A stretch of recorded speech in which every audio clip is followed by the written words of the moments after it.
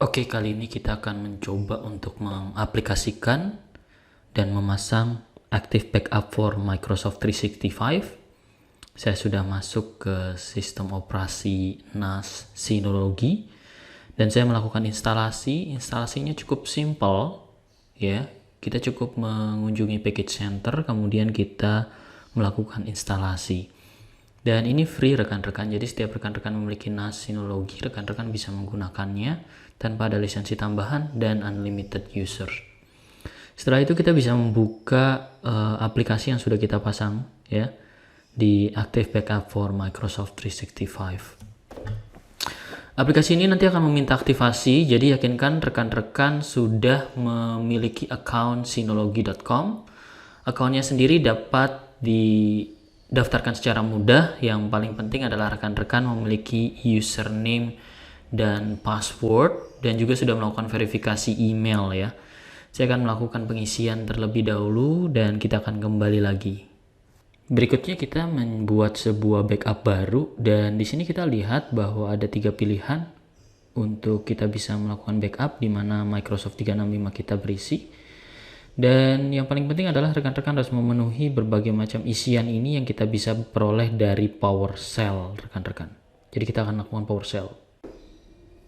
Kemudian saya masuk ke PowerShell dan saya melakukan aktivasi atau pemanggilan script PowerShell yang sudah disediakan di bagian deskripsi. Jadi rekan-rekan bisa mengunduh PowerShell script tersebut.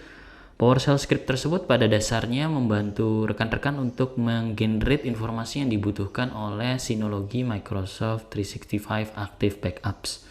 Jadi rekan-rekan cukup memasang dan mengisi beberapa konfirmasi yang dimiliki PowerShell dan juga melakukan update ya terkait dengan berbagai macam package atau dependensi yang dibutuhkan untuk PowerShell ini sehingga dapat membuat sebuah aplikasi di Azure AD ya, sehingga rekan-rekan bisa menghubungkan antara Active Backup dengan Microsoft 365. Jadi di sini tujuannya adalah menghasilkan sebuah applications yang terhubung dan menghubungkan antara Microsoft 365 dengan Synology Backup yang akan kita buat seperti itu. Simpel sekali sebenarnya, hanya melakukan konfirmasi beberapa informasi, kemudian nanti kita memberi sebuah password certificate ya, karena komunikasi yang terjadi itu secure sehingga kita harus membuat sebuah certificate. Rekan-rekan juga harus login dengan Microsoft 365 dan nanti rekan-rekan akan memperoleh informasi di situ ya. Di bagian bawah PowerShell itu ada tautan yang membantu kita untuk mengarah ke Azure AD. Di sini rekan-rekan cukup grant all consent, maka semua sudah selesai. Berikutnya kita kembali ke Microsoft 365 Active Backup. Kita cukup mengisi informasi yang tadi kita dapatkan di Azure AD.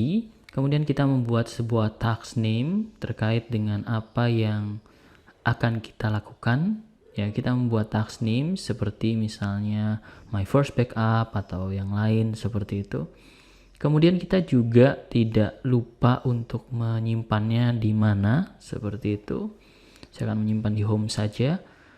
Kemudian kita melakukan aktivitas untuk mengaktifkan Active Backup for Microsoft 365 Portal. Nanti di situ kita akan memilih apa saja yang akan kita simpan, apa saja yang kita akan cadangkan.